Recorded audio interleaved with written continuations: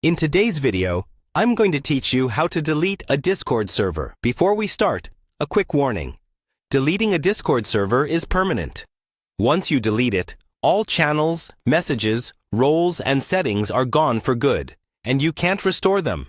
So only do this if you're absolutely sure you no longer need the server. First, open Discord on your computer or in your browser, and make sure you're logged in with the account that actually owns the server. Only the server owner can delete it. Being an admin or having lots of permissions is not enough. You must be the original owner. On the left-hand side, you'll see your list of servers as little icons.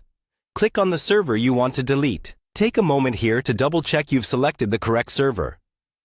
If you manage multiple communities, it can be easy to pick the wrong one. Once you're inside the server, look to the top left corner where you see the server's name. Click on the server name to open a drop-down menu.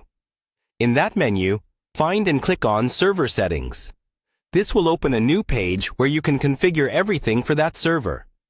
In the Server Settings menu, look at the sidebar on the left and scroll all the way down to the bottom. There, you'll see an option that says Delete Server. Click on that.